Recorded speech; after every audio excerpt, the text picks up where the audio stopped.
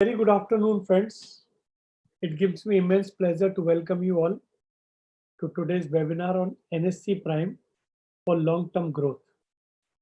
This is our 92nd webinar and our efforts for knowledge sharing, which we have started 2 years back, will continue. Thank you all for joining in our journey and encouraging and motivating us in our knowledge sharing endeavor. Good governance reinforces sustainable growth of the company. Business following higher standards of governance than those required by regulation enjoy lower cost of capital, better reputation, and a premium on valuation in the long term. Letter and spirit is overruled by the spirit.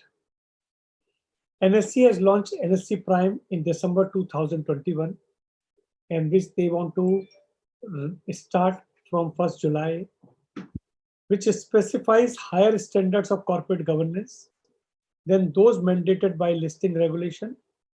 It is a voluntary registration open for NSE listed companies meeting certain predefined parameters. In our view, the acronym of Prime may be coined as under. P mean public information, R mean reinforce investor confidence, I mean initiative to improve governance, M mean mandatory disclosures, E mean ESG fund investment. The objective of the webinar is to spread awareness about this new initiative of NSC Prime and to analyze and deliberate on the benefits accruing out of registration on NSC Prime and the process thereof. You can see that this is not only relating to the company, it is good. We will see new changes in investors' behavior, investor attitude, investors' relation. And we will see the company's changes and the NSE also, which they are coming out. NSE in India is the first exchange, but in the world we have seen Brazil, we have seen LSE in London. Those they have a same type of concept, which they have started higher regulation, higher compliances, and better governance. And that's why the Brazil and LSE's companies listed in this segment, they are getting better valuation. Friends, today when we will talk about the NSC Prime is nothing but you have to give more disclosure. So they have some specific qualification that company should be older than 6 months, listed in NSC, 300 crore rupees net worth, 40% should be with the public, 5 crore daily equity turnover. So, and then higher disclosure, role of auditor, role of independent directors, more in the company's management. Quorum is also higher. So everything is on a higher pedestal, which we are seeing today in normal companies, which they are following.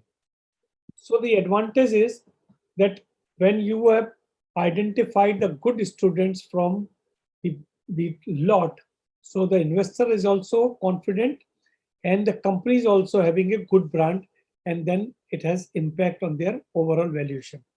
So today we want to discuss the entire thing. We have a galaxy of experts. Before I invite them to make their presentation, let me perform the pleasant duty to briefly introduce our speakers. First, our speaker is Amit Tandon, who is the founder and managing director of Institutional Investor Advisory Service India Limited. Before IIS, he was the managing director and CEO of Fitch Rating India. And prior to joining Fitch, he was in the ICSI group for 17 years. He has been a member of Kotak Committee on Corporate Governance. He has been a member of Reserve Bank of India's Technical Advisory Committee on Money Exchange and Government Securities. And incidentally, Mr. Amit Tandon was a member of this committee also, which has discussed the concept of NSC Prime. So thank you, Ms. Sir, for joining us. And definitely, we will get insight of this concept and the issues which you have highlighted in the things. Our other speaker is Priya Subbaraman. She is a Chief Regulatory Officer at National Stock Exchange. She is member of ICSI and more than 25 years of experience and the capital market. Before joining NSE, she had worked in NSDL, Standard Chartered Bank, Goldman Sachs, HSBC, Lehman Brothers, Kotak Securities, and Kotak Mahindra Bank. I welcome Priya Madam for this program. She is joining shortly. Then we have Yukti Sharma. She is Vice President with the Regulatory Division of NSE. She is a qualified chartered accountant with 19 years of post-qualification experience in capital market and banking. In her 14 years of tenure with NSE, she has served in various regulatory verticals such as investigation, enforcement, exchange compliance, and listing. Prior to joining of NSE, she has worked for Standard Chartered Bank and JP Morgan Chase. I welcome Yukti Madam for this program, and because you are steering this particular segment, so we'll definitely get the insight and why we should do this and how the company should get benefited by this. Then we have Miss Anjali Agrawal. She is FCS partner and head legal capital market division of corporate profession. She has a credit of 19 years of experience in handling capital market transaction, right issue, buyback, preferential allotment, and other allied stock exchange related matter. She has been expertise in subject matter relating to offer, prospectus, IM, allotment of security, listing at stock exchange, private placement, NCD, buyback, delisting, and etc. She is a guest speaker at various professional programs and in IIC, IICA. She is a distinguished speaker at various webinars also and appeared on television show. She has guided her team in developing various software and website online venture of the corporate profession. I welcome Anjali. So all four speakers are before you. The program structure will be like this. First, from NSE side, Yukti Madam will give her presentation about the NSC Prime. What is this NSC Prime? Then I will request Anjali. She will compare what is the NSC Prime requirement and what is a normal requirement. So it is a crystal clear to everybody that where is the higher pedestal. Then I will request Amit sir to tell us the proxy advisory prospects. Now the important thing, if you see, proxy advisory is always coming out their comments on various companies' resolution, various companies' performance. Now, if you see that whatever they have issues, that is addressed in the NSC Prime compliances.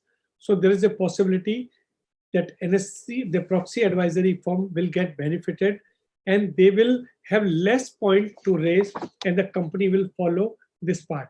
So we will understand from his point of view as a proxy advisory as well as a member of this committee, what is his view. Then we have a last closing remark about NSC Prime by Priya Subramanian, and she will discuss about this, and then we will have a question answer. We have received 8 questions that because that is question is coming after reading the law. So that questions we will ask from the panelists. So now I will request Yukti Madam to give her presentation on NSC Prime. So people should understand, because I also read when we announced this program, it is a very interesting concept and it has so many questions that I will ask you in the question answer, but it's a nice concept and it will give a enhanced positioning of company as well as exchange as well as India and give a confidence to investors. Over to you, madam.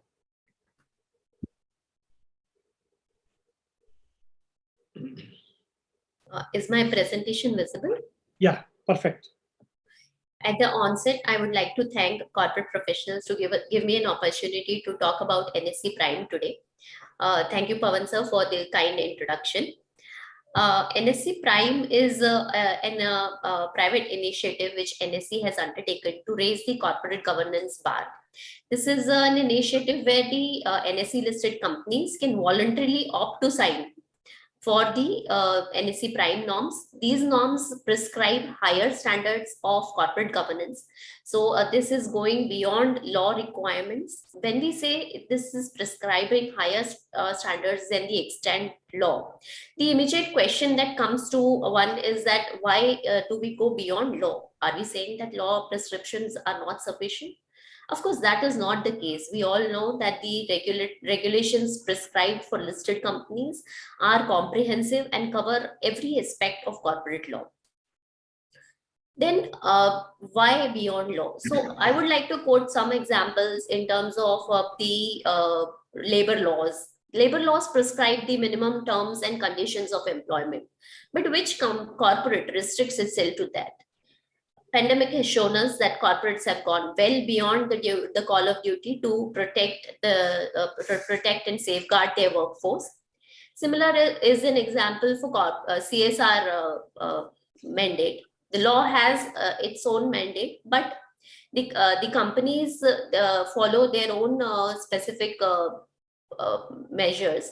We normally don't stop at the minimum legal requirements. We do check from time to time that we don't fall short.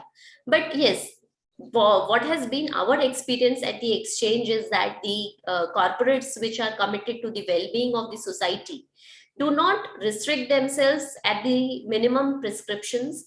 They go beyond that and meet their own aspirations in terms of minimum standards.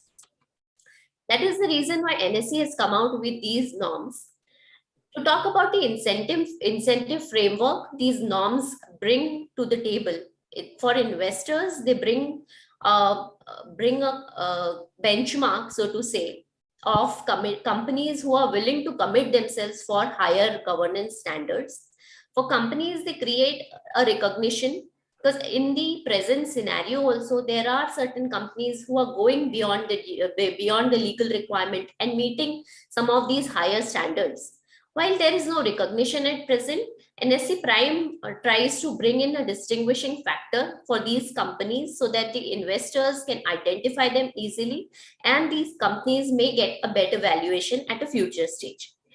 Why is NSC doing this? NSC has brought in this initiative to raise the corporate governance law. We trust that this initiative will strengthen the trust of investors in the market by providing them the ready benchmark. This will also help us to attract investors and further broaden the Indian capital market. In our initiative, we were guided by a team of experts. NSE internal team worked on this. We have presence of Mr. Amit Tandon with us today. He's been kind enough to guide us in our initiative. There were several other market experts in terms of representatives from law firms, senior compliance professionals who guided us in our initiative. Interactions were done with regulators and investors to understand the requirement, the areas of concern they would want us to address, and with the potential companies to assess what can be the practical difficulties and challenges in the draft norms. We have incorporated as many suggestions as we could, and what we believe is this is a good starting point for the norms. We believe that with experience and going forward, the norm will evolve and grow in terms of as we move forward with experience, we will get the benefit of that. To talk about certain international practices which Pavanji also mentioned, Brazil and London has similar practices, and we've also studied them before we came up with our own norms to suit the Indian capital market. Brazil came up with Neo Mercado in year 2000. These are a set of corporate governance norms which are beyond the legislation, and Brazil companies have adopted these norms. There are research papers which show that the companies who are opting for these are commanding better valuation, and this has over a period of time this has become an investor mandate as well. Similarly, London Stock Exchange has something called premium listing, which is again complying for higher standards in terms of entry norms as well as the ongoing governance standards. This is a potential for inclusion on FTSE indices. So this becomes one of the key benefits for achieving the premium listings as to get included in certain indices. Many investment mandates are driven by FTSE indexations. So therefore, this becomes an incentive for the companies who are willing to opt for voluntarily opt for higher standards. To talk about how the NSE Prime will work, NSE Prime norms have been published by NSE in December 21. Over a period, the eligible companies, when I say eligible, I mean the companies which will be meeting certain basic parameters which have been defined in the chapter 2 of the norms. I will come to this a little bit more detail on this in my coming slides. The eligible companies can opt for signing. A separate agreement will be entered into between the company and NSE. Thereby, the companies agree to follow on an ongoing basis the higher standards, and NSE will monitor these companies against these standards in similar lines how we monitor our listed companies for LODR and other compliances. The entry and exit to the norms don't affect either the listing status or the status of a company being present on any of the segments. So this is a voluntary decision that the company is making, and thereafter there are provisions where the company feels that they are not willing to continue. The provisions in the norms have been built in, so to say, how they can voluntarily opt out from the norms. In case there are certain non-compliances that happen, we understand that there can be certain exigencies, certain scenarios which are beyond the control of companies, and therefore their companies may need to explain as to what circumstances have led to it. There will be an NSC Prime Committee, which will comprise of NSC senior management as well as external experts who will be objectively looking at the explanations that the company has to offer. And thereafter, a cure period can be mutually decided with the company, where so that the company can comply and come back to their compliance status. This will not affect, in the temporary period, this will not affect their status on being on NSC Prime. However, in the norms, we have built in certain criteria, which of course in extreme cases, there might be some exclusions if there are continued non-compliances or companies are not able to meet during the cure period, the compliances. So therefore, this can be very extreme cases. There has been also made a future revision provision in the norms itself. So the exhaustive review will happen over a period of time, and of course some time will be granted to the existing companies who are on NSC Prime to comply. However, certain minor changes might be made to catch up with law as and when the amendments happen. I was talking about eligibility earlier. Chapter 2 of the norms specifically talks about some basic parameters, and thereafter we have gone ahead and given the elaborate description on the CG requirements that the companies will need to follow. The basic eligibility parameters contain some specific objective criteria, like the companies are listed on NSE main board for 6 months, net worth of 300 crores and above for past 3 years, average daily turnover of 500 crore on equity side. The companies are consistently on compliance side. No surveillance measures have been taken on those companies. No IBC proceedings are going on. And no qualified audit report to raise concern on the internal controls on reliability of the accounts. And the company is not convicted as a willful defaulter in any of the cases. The application process is fairly simple. The eligible companies can apply to NSE. We've already put up the checklist and the agreement draft on our NSE website. The NSE Prime Committee, which I was mentioning earlier, comprising of the NSE experts, NSE senior management and external experts, will evaluate the application. They may ask for certain additional information from the company. Thereafter, once the committee decides, the agreement will be entered into between NSE and the applicant company, and a recognition of NSE Prime will be granted to the company. NSE will be publishing this on our website, as well as the listed company can also use NSE Prime logo, which will be a part of our agreement with the company. To talk about the norms, I've classified into certain broad parameters. So first bucket is about shareholding and board compositions. Minimum public shareholding is prescribed in NSE Prime norm as 40% as against the 25% existing mandate of LODR. The board size NSE Prime talks about is minimum 8 directors and maximum 15 directors. The chairperson of board shall be non-executive and not related to the managing director. In terms of board composition, where the public shareholding of the company is greater than 50, we are asking more than half of the board to be of independent directors, whereas where the public shareholding is equal to or less than 50%, at least half of the board shall comprise of the independent directors. We've also asked for 2 women directors, one of which should be independent. And there are certain restrictions in terms of number of directorships which the directors of NSE Prime can accept. So while we understand that the existing directorships may pose some challenges because they are ongoing commitments, therefore we have built-in grandfathering clauses. So for women director, we are saying that the company should onboard the second women director by 2025.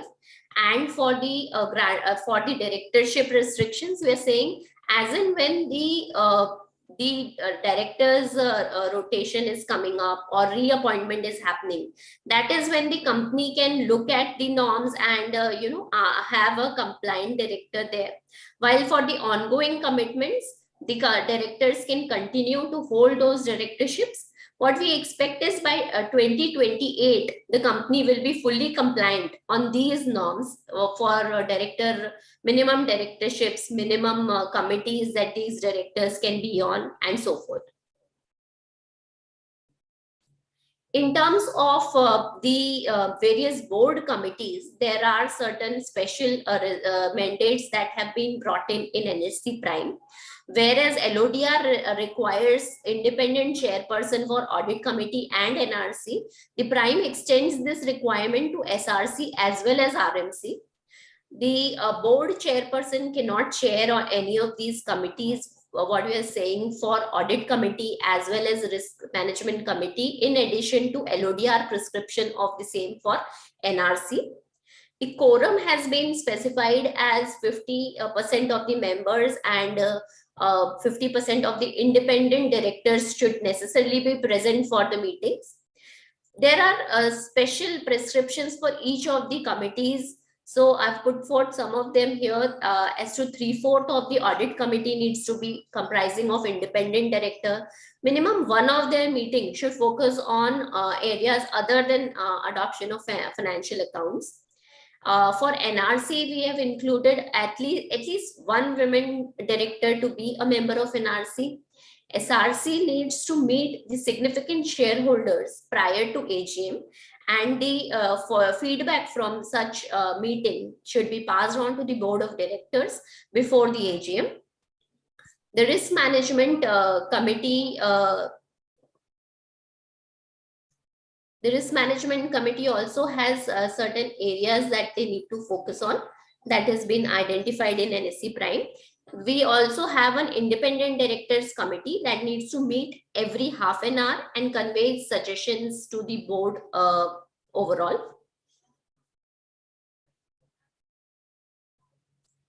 There are certain mandates in terms of financial disclosures. So for this purpose, we have classified the companies as finance companies and non-finance companies. The finance companies have their specific disclosure requirements, and non-finance companies have been identified for some certain set of requirements. For finance companies, let's say for quarterly disclosures, we have asked them to give key ratios in terms of capital adequacy ratio, return on equity, and the like, and total non-performing assets at the end of the quarter. In terms of financial disclosures for non-finance companies, the key financial ratios and reasons for deviation if the deviation exceeds 25% or more. the credits extended and received, which have been restructured, outstanding figures for all loans, those are classified as NPAs, and intercorporate deposits made by them quarterly. So this is basically bringing in some more standardization to the financial disclosures and making more information available to the shareholders. In terms of certain additional disclosures for financial results, what we are saying is that all the material subsidiaries should be subjected to audit, and that the non-material subsidiaries at an aggregate level cannot exceed 5% in terms of consolidated revenue, assets, or profit. This will make sure that the bigger chunk of the revenue is comprising has been subjected to audit. Quarterly cash flows need to be published for self as well as material subsidiaries. Where auditors have expressed a modified opinion, the company should take the necessary measures to ensure that in next cycle they are compliant. There are certain obligations in terms of statutory auditors. The statutory auditors, if they are also giving some non-audit related services, this needs audit committee's approval. Company cannot appoint any of the partners or members of the audit team to their financial oversight role for a period of 3 years from the last engagement. And there are disclosures for website. I've picked up a few for our deliberation today, which is details of all bonds, debentures, and financial instruments, list of significant policies, frequency of review, and last review date of these policies.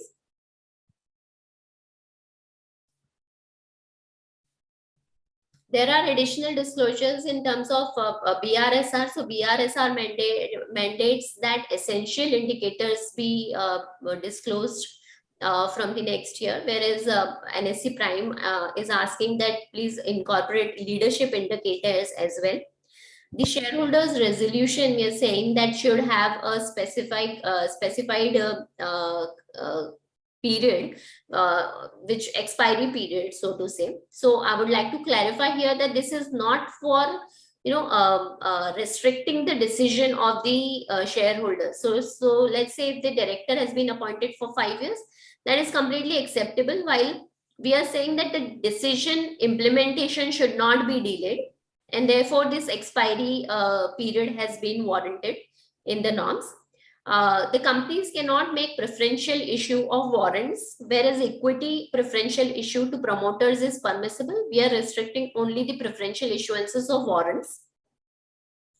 Disclosures in annual report have been also prescribed in terms of all outstanding material litigations, overdues and defaults in banks and financial institutions.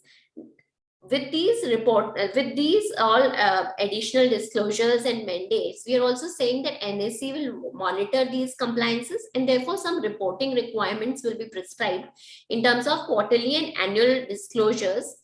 And in case of any breach in meeting the norms, the company will need to publish the reasons as to what has happened and what has led to such breaches.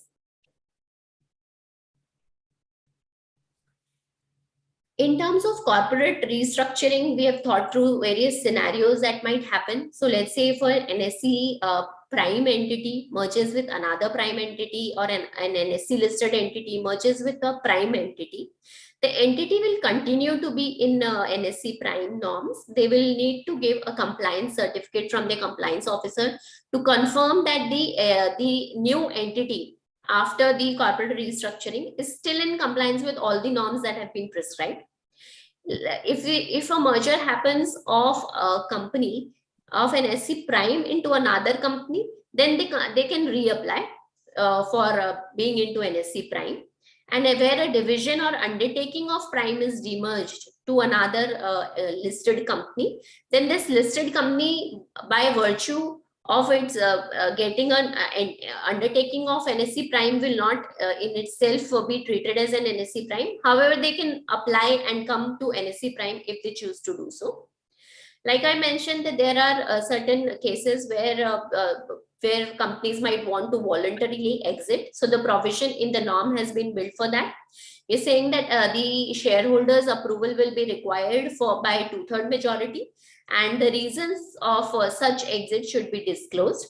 The simple reason for bringing in a shareholders' approval here is that if certain shareholders entered in NSE Prime at the by the virtue of them being NSE Prime, then they need to have some decision-making authority while the company chooses to opt out of the norms voluntarily. Where a company is opting out, there will be a cooling off period for 2 years from their date of exit. Like I said, for our listed companies, we do monitoring for LODR. Similarly, we will be monitoring the compliances against NSE Prime norms. In case of breaches, the company will need to explain the circumstances. We do understand that there might be certain exigencies and scenarios beyond the control of company, and therefore NSE Prime Committee has the powers to grant condonations and cure periods. Thereafter, the companies can be compliant after the cure period is done.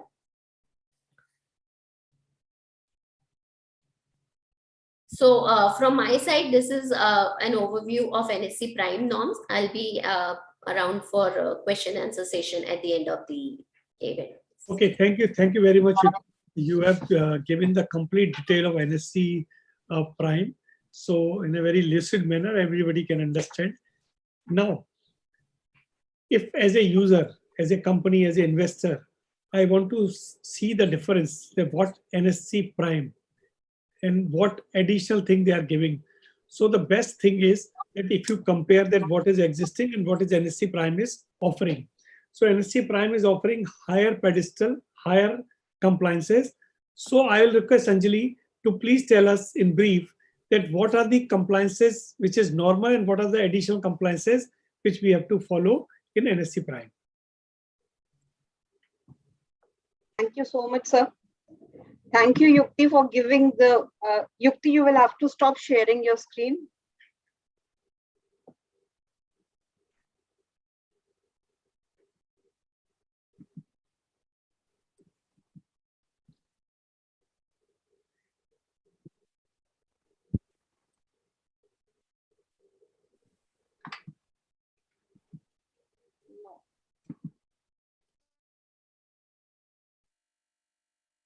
There's that green icon under the at the bottom of the screen.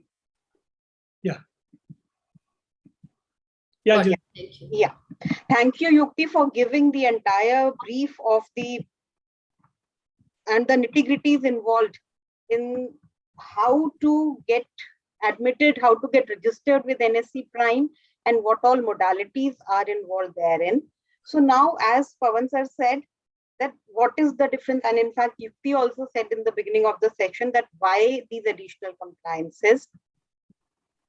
So I am from Delhi. I can think of best example like getting admission into DPS RK Puram. Delhi Public School RK Puram is one of the best schools, and every student who passes out from class 10 aspires to be in DPS RK Puram. Unka section A is the cream of all the schools, and those students know that they have to make extra efforts to remain in the top section, to remain at the top cadre, and that is what NSE Prime as well is. This is what I could understand from all the, after going through every document and the presentation which Yukti gave. So as Yukti said that this is a corporate governance initiative which has been initiated by NSE, and it is to be adopted voluntarily by NSE listed companies. It is coming into effect from 1st July 22. Entry and exit will not affect a company's listing status or a segment status. That is a very clear thing which has been given in the NSE norms, Prime norms. And companies have to be compliant at the entry level as well as continuous. Benefits, Yukti has already taken into at length. So now coming to the compliance part, additional compliances which are applicable to a NSE Prime company. Most important, although Yukti has also covered them, but then I'm trying to assimilate a comparison between the normal LODR compliances and the compliances for a prime company. The shareholding, public shareholding under the listing regulations for a normal company is 25%, but for a prime company, it is at least 40%. Board structure for under the listing regulations, it is 6 directors minimum, but for a prime company, it has been increased to 8 directors and a maximum of 15 directors.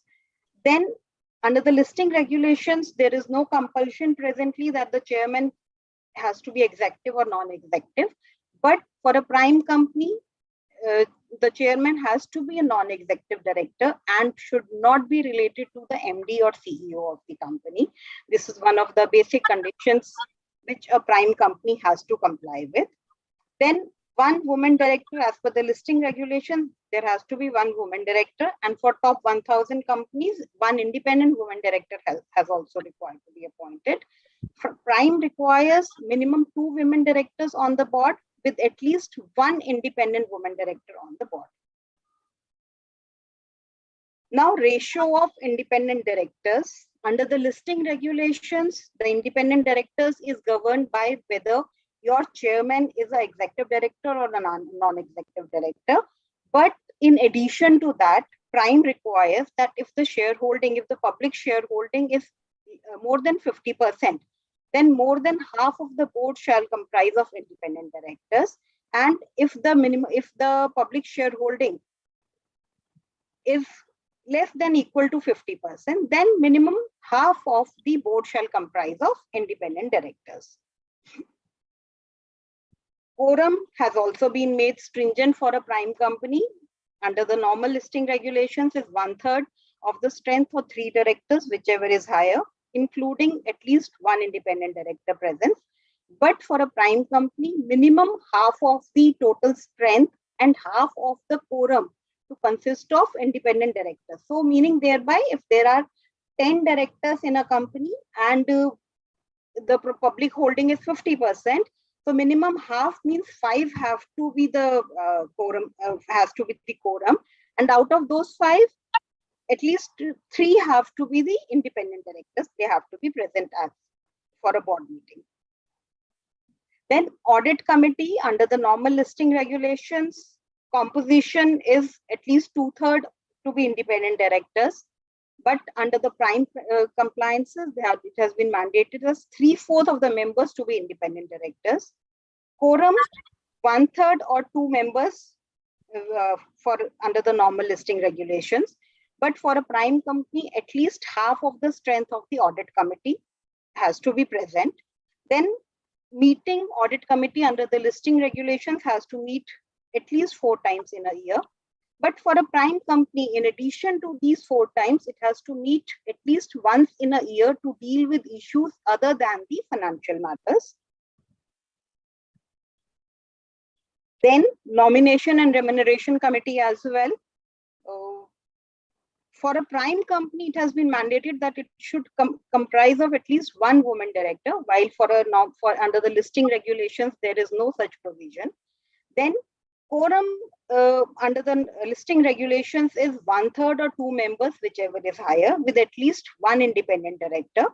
And for a prime company, it is quorum shall be at least the half of the total strength, with at least half of the independent directors to be present. Likewise, for stakeholders relationship committee, under the listing regulation, chairperson has to be a non-executive director, sorry. Then for a prime compliance, for a prime company, the chairperson shall be an independent director mandatorily. For a prime company, quorum has to be at least half of the total strength, with at least half of the independent directors. While under the listing regulations, there is no such provision for stakeholders relationship committee. Then there is a mandatory requirement of independent directors committee. As per the listing regulations, it has to meet at least once in a financial year. But for a prime listed company, it has to meet at least once in half year. Risk management committee, provisions have been made more stringent, and reason is quite understandable. Risk management is the most important aspect in the present scenario. So the chairperson of a prime company has to be an independent director, while under the listing regulations, there is no such provision. And the chairperson of the board can't be a member of the risk management committee. Again, under the listing regulations, there is no such provision. Quorum has to be, for a prime company, quorum has to be half of the total strength with at least half of the directors, while under the listing regulations, quorum has been mandated as 1/3 or 2, whichever is higher, with at least one member of the board to be present. Financial health related disclosures for every non-finance company. Few of, as Yukti also said, for finance companies, there are specific requirements which are needed to be given by the respective regulator. But for a non-finance company, these ratios generally remain hidden somewhere in their annual reports. So it is important, it has been mandated that these key financial ratios should be disclosed on annual basis within 60 days of the close of the financial year.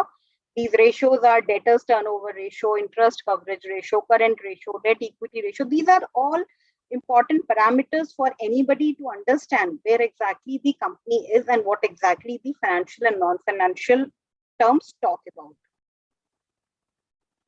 Then financial results. With respect to prime companies, for the purpose of quarterly consolidated financial results, 100% of each of the consolidated revenues, assets, and profits have to be subjected to audit or limited review. While under the listing regulations, this 100% is limited to 80%.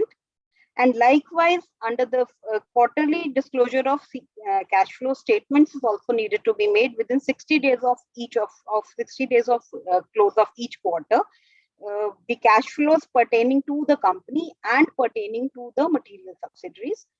While for a normal listed company, cash flow statement is needed to be given only once in a half, only at the end of the half year. And for material subsidiaries, the cash flow statements are not needed to be given. So this again is a way step ahead of the normal listing regulations. Rights of the shareholders. A prime listed company cannot issue any equity shares with differential voting rights or special rights. This is one of the important conditions which the company will have to keep in mind. Here, I would want to understand one thing from Yukti and Priya, that if a company has any differential voting rights, already has differential voting rights shares and listed on NSE, so will that company be eligible to come to get listed on Prime? That we can take up in Q&A session. Then second requirement is all shareholders' resolutions to specify a time period within which they will automatically expire. In any case, it cannot exceed 3 years from the date of passing. A prime listed company cannot make a preferential issue of warrants to any of its promoters and promoter group. This again was a question in my mind. If equity is allowed, why not warrants are allowed? So this is a point that I wanted to discuss. Then the corporate restructuring. We all know that corporate restructuring is a normal phenomena in the life of any listed company, and the prime norms, prime parameters, they have been taken care of very well. Some of the situations which have been taken care of are, if a NSE Prime company plus a normal listed company merge, then the resultant company will not be automatically a part of the prime list. It will have to make an application, and then if it is meeting with all the parameters, then it may get listed. Then if there is a demerger or a division, hiving off of a division of a NSE Prime company, then again the resultant company will not automatically get listed on Prime. It will have to make an application, and then it may get listed. It may get registered subject to meeting all the requirements. Now, if a company has been listed on, have been registered on NSE Prime, then there may be situations wherein certain mishaps happen and it is not in a position to meet all the parameters, then it may be moved out of the prime category. These situations may be that NSE Prime Company or the promoter or promoter group entities fail to comply with the applicable securities laws, or the net worth falls below 300 crore threshold, or the average daily turnover as required for 5 crore falls below 5 crore for a continuous period of 1 year. Any adverse or negative qualifications by the statutory auditors. Such a company, once moved out of the prime category, will be re-eligible to be appointed to be registered again only after a period of 5 years from the removal. These were some of the brief assimilation of the normal listing regulation compliances and prime compliances. Over to you, Pavan sir. Thank you very much, Anjali, for giving a nice differentiation. So I hope that all the participants and anybody who is seeing and who can see this presentation can understand that what is the higher standard and which area and what. Now the question is that NSE has made this rule. Anjali has given the comparison. But now come to the turn of proxy advisor, because they are always advocating on a higher standard. Whenever they are talking about, even the law is not mentioned, but they talk about that you follow the spirit. And when they talk about the spirit, then every corporate questions, where is the law, where it is mentioned. So now the NSE is giving a one dimension of writing these higher standards. So I'm requesting Amit sir that you were part of this committee, and there are so many issues you have faced. Then you have come out with this particular concept of NSC Prime, which is, in my opinion, a game changer for investor, specifically small investor. When they invest in this type of companies, I think their money will be saved because you are protecting from all sides. So over to you, Amit sir, your prospect as a proxy advisor. And one analysis I just want to, you can add in your question, sir. I have identified the total NSC company, those who are fulfilling these three criteria: net worth of 300 crore, public shareholding above 40%, and average daily trading turnover of 5 crore. So we have taken out these three criteria. So there are 382 companies of NSC which are coming into this. Out of this, if I'm taking the below 10, less than 50 rupees share, because I have seen the G shares, JP, some in Yes Bank shares, some insolvent company shares also here. So I have removed the less than 50 rupees, that is a 36. Above 50 rupees, but less than 100 rupees, that is 37. So 73 companies I have removed. So there are 309 companies now. Now, when we'll go for compliance part, you will remove more than 100 company also, because they will not fulfill all these criteria. So in a way, 200 company will be there.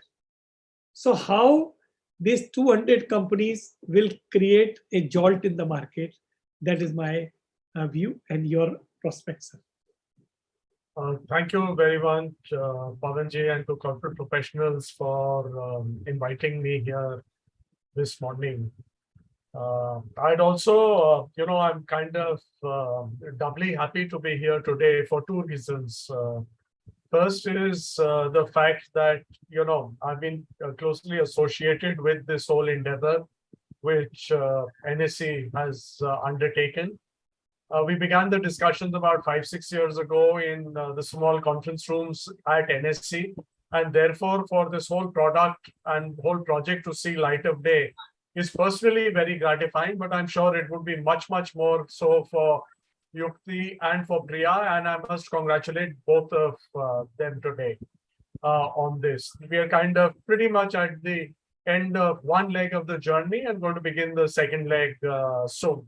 So my congratulations for you. The second reason is actually why I'm very happy to speak today is that we've actually completed 12 years, and it kind of refers to something which you've said. During this 12-year journey, we've looked at over 9,700 shareholder meetings and over 56,000 shareholder resolutions. So having looked at all this, I don't think that we very many people or that be anyone else who would have looked at over 56,000 resolutions.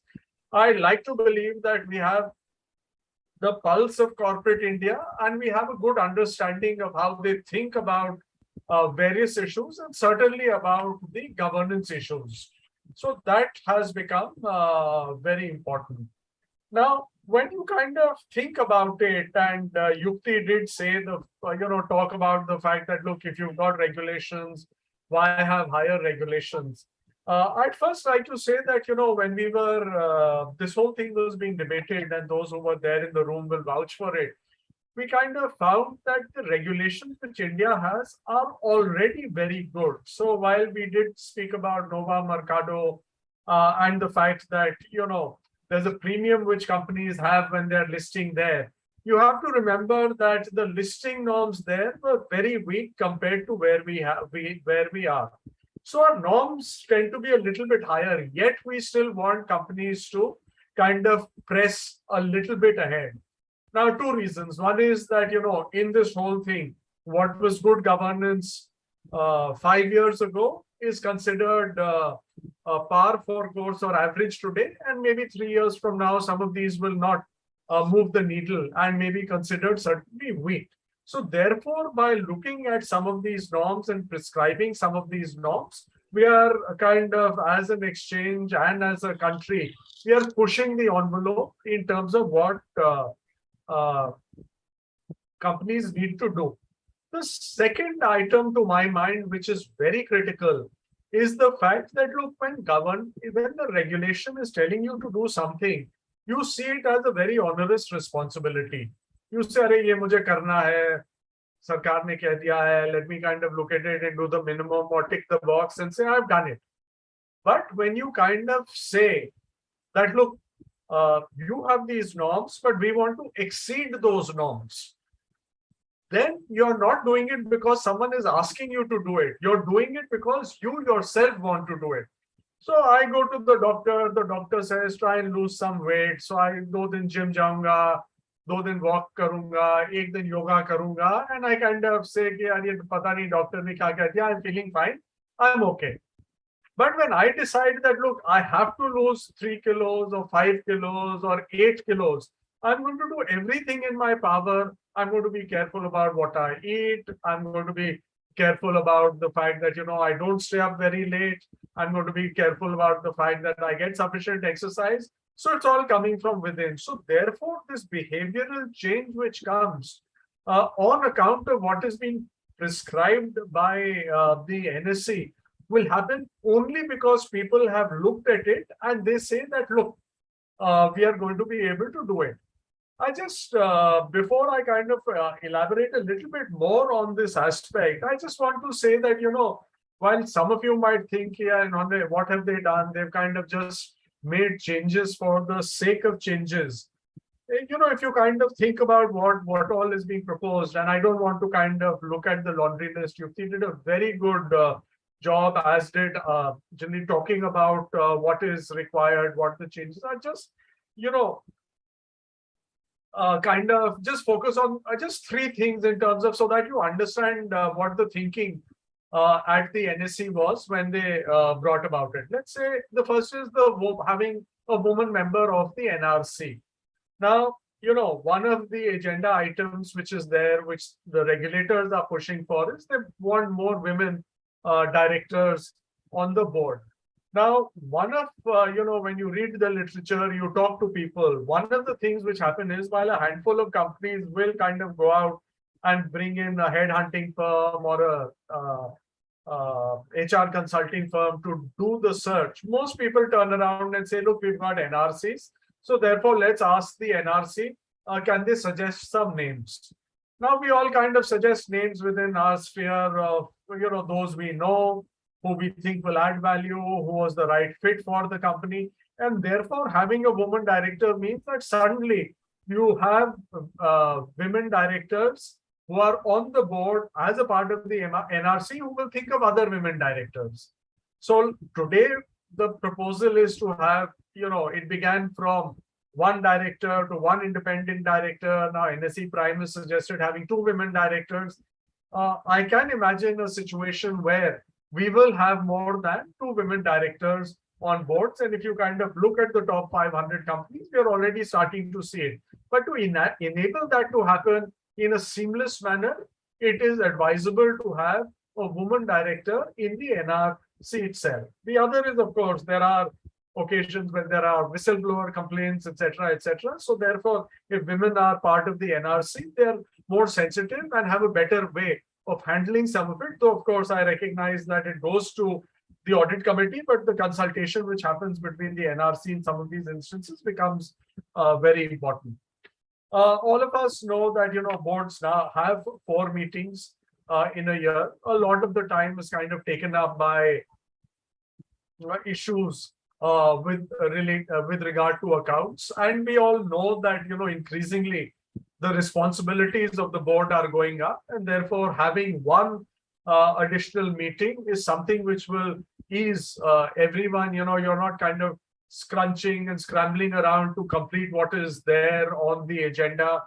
I know some of the more progressive companies have the audit committee meeting one day before the board meeting, thrash out everything, and then have another board meeting. So rather than being so prescriptive, the discussions at that time felt that, it might be good to have 4, more than 4 meetings. So add a 5th meeting. The other is, of course, when we spoke about the fact that you've got, resolutions need to have a shelf life, so to speak. The thinking is not that, a shareholder decision is not right, etc. But the fact that the company shareholders keep changing. So you may have one set of shareholders in your shareholder list today. You may have a completely different set of shareholders 3 years or 5 years from now. What matters to shareholders today may be completely different to what matters to shareholders 3 years or 5 years from now. And therefore, shareholders should be given a periodic opportunity to kind of vote on these things. So I can kind of go on and on in terms of some of the thinking, but this is just to give you an example that, look, it was not for the sake of tightening regulations for the sake of it, or because, as proxy advisory firms, we said it. We based it on our experience of, 56,000 plus resolutions, talking to investors, talking to companies, talking to other stakeholders, including directors, in terms of the challenges they face and what they think is going to be better. I just want to leave everyone with one final thought, which I think is very important, which is that, look, at this moment, someone might say that, look, this is very difficult. But if you looked at, paid attention to Anjali's presentation and to Yukti's presentation before that, you would find that all these things are as difficult as you want them to be, or as easy as you want them to be. If the regulators had said that, look, rather than 25% public float, I want it at 50% public float, all of us would have complied. We would not have had an issue. Now, some of the things which you have might require you to kind of take 1 or 2 years or 3 years before you get up for listing. But a lot of what is there, I find that, you want 50% independence, the composition of the various board committees, etc., are not very difficult or not very, intensive that companies have to kind of rework. All they have to do is change their mindset. And if they're willing to change the mindset, they will be, welcome additions to the NSE Prime. Finally, while it's good for Priya and her team to have this, what is in it for companies when you kind of look at what has happened in other parts of the world? Those who are in such categories tend to have a better premium. But let me kind of why that. We find that, if you look at the PEs of Indian companies across sectors, those which have better governance, those sectors enjoy higher PEs, and companies in each sector which have better governance enjoy higher PEs. So it's not something which the companies are doing because there's now something, they're doing it because it's good for their shareholders and it is good for them. So I'm around, I'll be happy to take any questions, but I know Priya is there and she has such a wealth of information and thoughts. So it'll be good to hear what she has to say at this stage. So let me hand you over to Pawan, and hopefully I'm looking forward to hearing what Priya has to say. Thank you. Thank you, Amit sir. Thank you very much. You have given the right point of behavioral change and mindset change. That is a key word which we have to do. But I think Priya madam and Yukti madam's work will reduce. 200, 300 companies will shift to the good class, and then they will not look after and they will focus to other. So there's a possibility. Okay, because if their mindset, their behavioral change is there, so they will not create confusion and bad things. Okay, so Priya madam, over to you. What is your view on this? Then I'll take up question answer. Sure, Pawanji, and thank you very much for hosting this session. And firstly, thank you, Amit, for being part of the committee which came up with the norms and and now helping us to actually move this forward. So. And Anjali, you said it out very clearly. If there was any doubt in my mind, I thought, your presentation is crystal clear on what was required and what is not.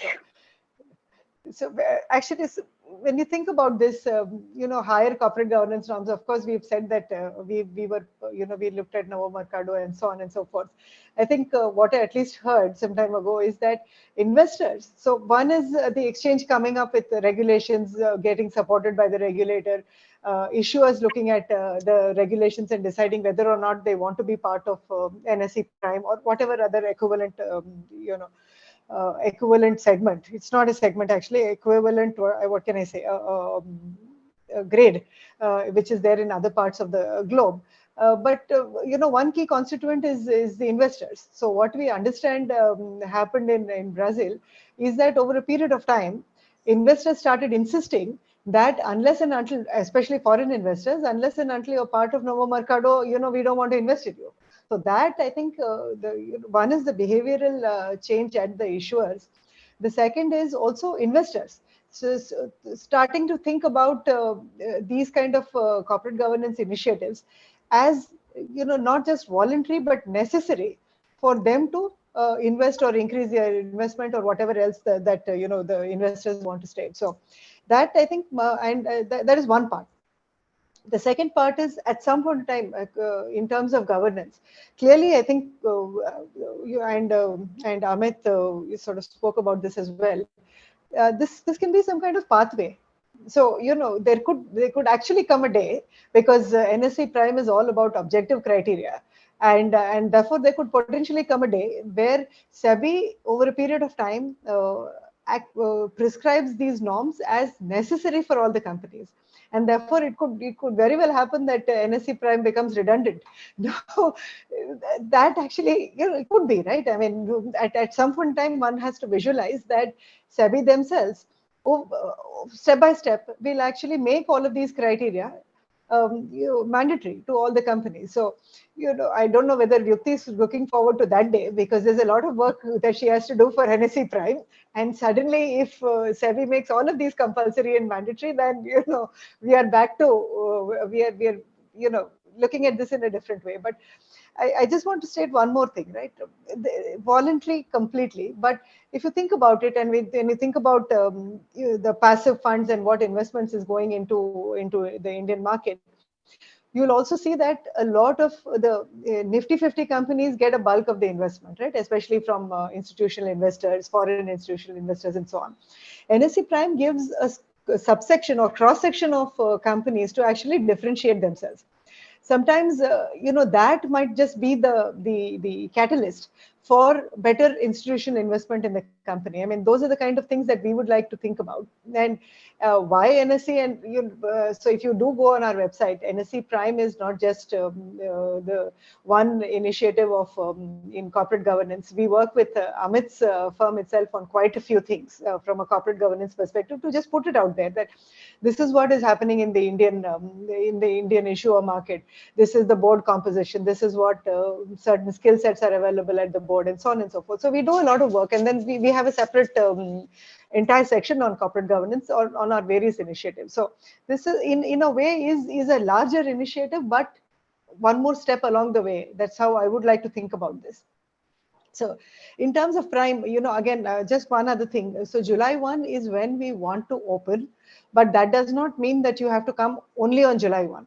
Potentially, we also understood from certain other companies that some changes that they need to make has to be ratified by the shareholders, and that potentially will happen only in August, September, whatever period, whatever time their AGMs are.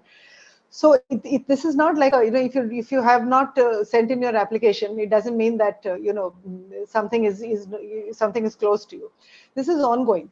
Whenever your board believes that this is the right initiative, that's the time that you need to approach us. And the way we will evaluate the applications is a committee which has external members and which has some members of NSE. So that's the way we are thinking about this.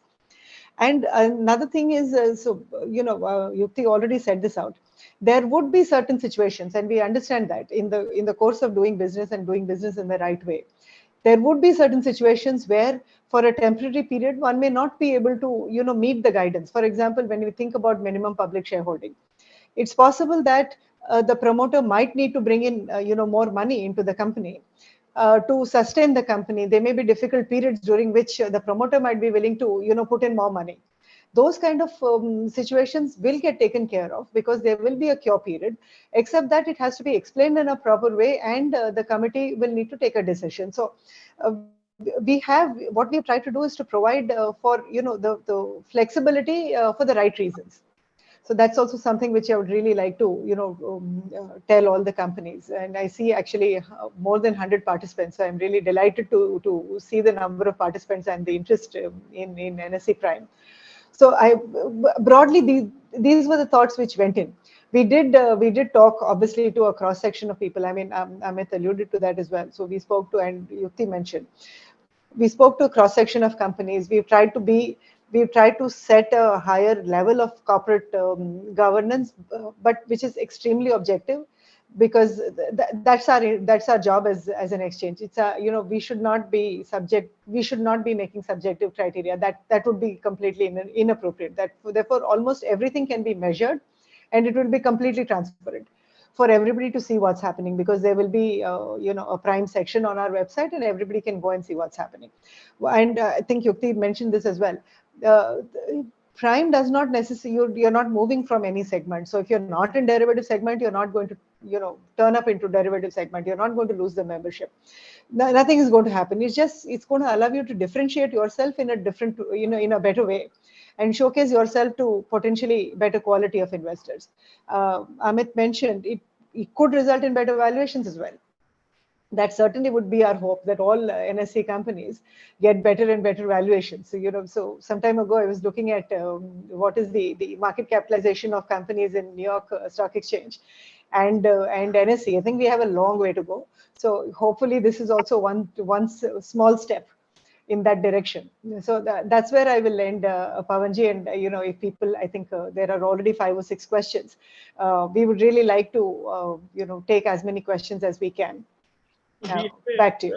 I have 18 questions in my hand and 6 questions just now.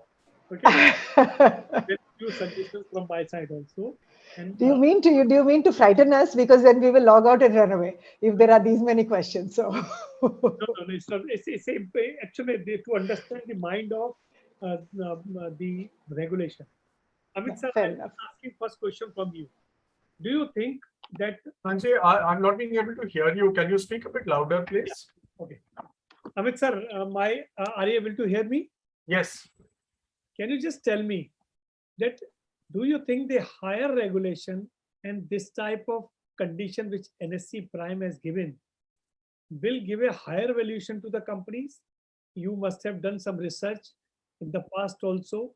And then when you have done the Brazil and the LSC, you must have seen this. So what is the, because if you can tell corporate that this is the thing, and if you have not done research, NSC and you can combinedly do the research, we can also help you. We should communicate that what is the value you are getting if you are complying more. Over to you.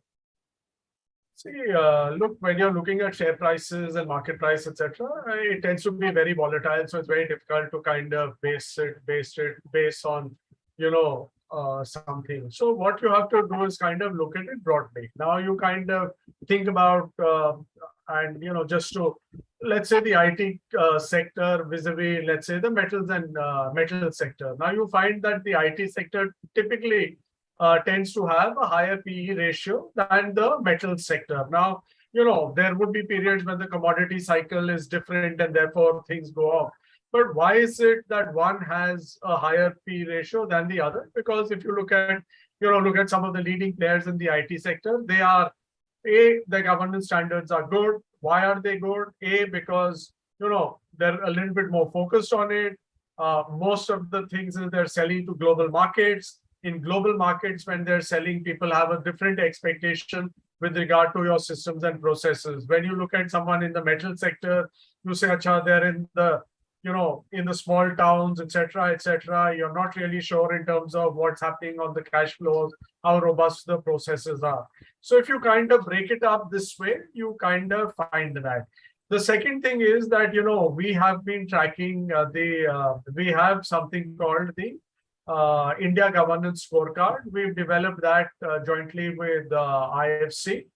And then when we look at it, we find companies who are, we've got companies are classified into 4 categories. The leadership category, the good category, the fair category, and the other. So we find that those which are in the above 2 categories tend to outperform companies in terms of vis-a-vis the market performance, vis-a-vis those who are in the bottom 2 categories. The second thing you can certainly say is that, the volatility in better governed share prices is also lower than those of companies which are less better governed. So, you on the average, you see better price performance and you see lower volatility. And we've seen that, we've been doing this for 6 years. We've always kind of gone back and done a study retrospectively, and it always holds. And I'm happy to share, circulate this research to you if you want to kind of send it on to the person who's asked this question. Okay, definitely. Okay. But we are happy to work with NSE and continue to do more such studies. Yeah, definitely, sir, because our aim is also to spread knowledge in the market and communicate to them that if you follow this, you will get better valuation. That is our main aim. And definitely because corporate will learn that I'm getting something better, so they follow this. Because otherwise they have a short-term vision, and now there's a long vision can help them. Yukti, how many companies are admitted under NSC Prime? Can we see the updated list from the time to time on NSC website? So right now we haven't published any list as such, but going forward, once we enter into the agreement, that is when we will make the list public, and it will definitely be published on our website as well as wherever we are publishing the price points, the trading data of that particular company on exchange website. We'll mark it as an NSC Prime company so that the investors get to know that yes, this is the company who's onboarded on NSC Prime. Okay, one person is asking question, when we want to remove the company, you have said the shareholder resolution. So when you apply, that is also required? Shareholder At the time of onboarding, we have put in a requirement of board approval only for offboarding from the segment. That is where the shareholders approval is required. Onboarding is the management decision. Okay. A company succeed by catering to many stakeholders. However, there is no provision at the board level to take care of various stakeholders like customers, suppliers, distributor. suggests inclusion of review of the relationship with the stakeholders at the board level as a formal sense. I'll tell you why this is asking. When we talk about the share, because there was a concept called shareholder protection. Now in the governance, it has changed to stakeholder protection. And stakeholder protection is not only shareholder or employee, it is everybody, your vendor, your banker, your supplier, public, regulator, everybody is there. So I think he's suggesting that can we have this type of things in the for Prime company, that they should follow following things and protect and tell what protection they are doing. Because governance, when I was a president of Institute of Company Secretary, we came out with a governance criteria.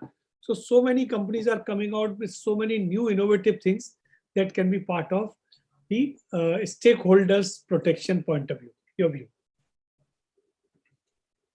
Yukti, your view.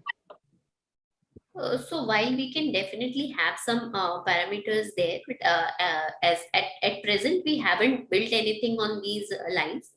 What I understand is that in sustainability and integrated reporting, there are a lot of parameters that need to be reported, and therefore, once these companies start these reportings, they'll have a comparable parameters over a period of time, and that is what can be benchmarked as to how they are faring and how they are improving in these areas over a period of time. So while we've definitely take note of the suggestion in our upcoming reviews, we might look at these parameters as well. Okay, Mr. Sir, why compare or benchmark Brazil on corporate governance when Brazil is only in group 2 ranking 60 to 80 as per the World Corporate Governance Index? India is also in the same group. Maybe I'm not expert yet, would like to listen from the expert. Look, let me tell you, we are not looking at what the criterion in Brazil was. In fact, when I spoke, I said that, look, when you look at the standards and you look at the regulations which we have, our framework is much, much ahead of what happens in Brazil and a lot of other countries. I think when we talk about, we've looked at Brazil, the concept we took from there was there is a listing, which is one is for all companies and one which have a criterion which is a little bit more than what the regulations are saying. So we've just borrowed the concept of, what the regulations are asking, or what the government or what their equivalent of Ministry of Corporate Affairs is asking, or the Companies Act is asking. And then the fact that the stock exchange has said, sure, you do that, that is the very minimum or very least you can do. But if you can do a little bit more, we will kind of create another a platform on which you can list, so that investors have comfort that, look, the companies ticked a lot of the boxes, and therefore when they trade in that stock, they have that comfort. So it's the concept which is borrowed, not the fact that their regulations we've kind of picked up out here. Okay. Priya madam, okay, I'm asking if madam is there, she can give. Priya madam, this question is considering the great focus on ESG norms for investment in present time, why are there no environment climate related CSR parameter included in achieving the prime status? Maybe it is there. So somebody is asking this question. No, so as Yukti said, BRSR has been made compulsory. So the ESG parameters, so SEBI has looked at a lot of, as you're aware, there is GRI, there is IR, integrated reporting, there is GRI, there is a whole SASB and whole bunch of parameters.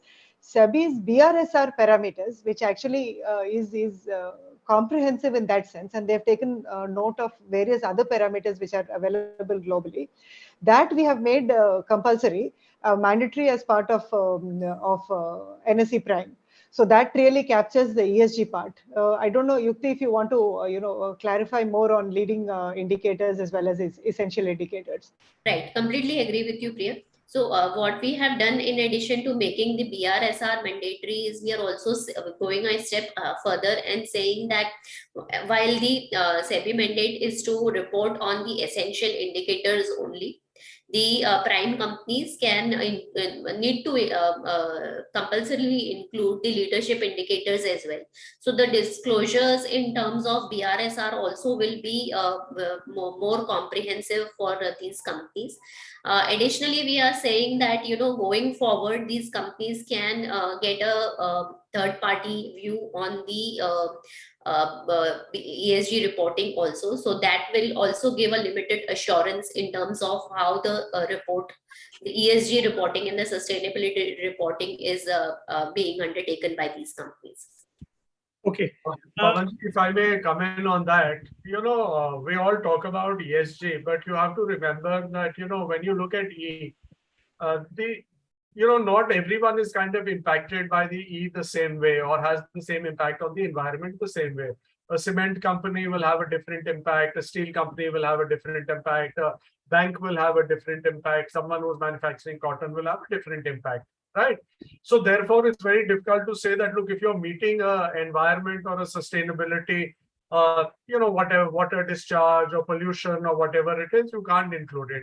Social also, I may find that, look, from a social perspective, I want to focus on livelihood. Someone could say that, look, I want to focus on education. Someone can say, I want to focus on rural development. So it's very difficult.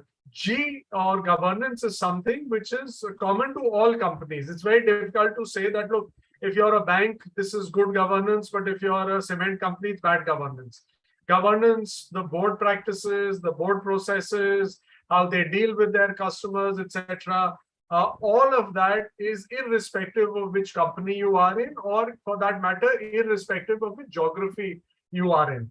And therefore, you have to be agnostic to geography and entity. And therefore, all the criterion are there on the focused on the G side. But as Yukti said, there are, of course, in terms of disclosures, etc. There is thinking in terms of what needs to be disclosed as far as the BRSR is itself is concerned.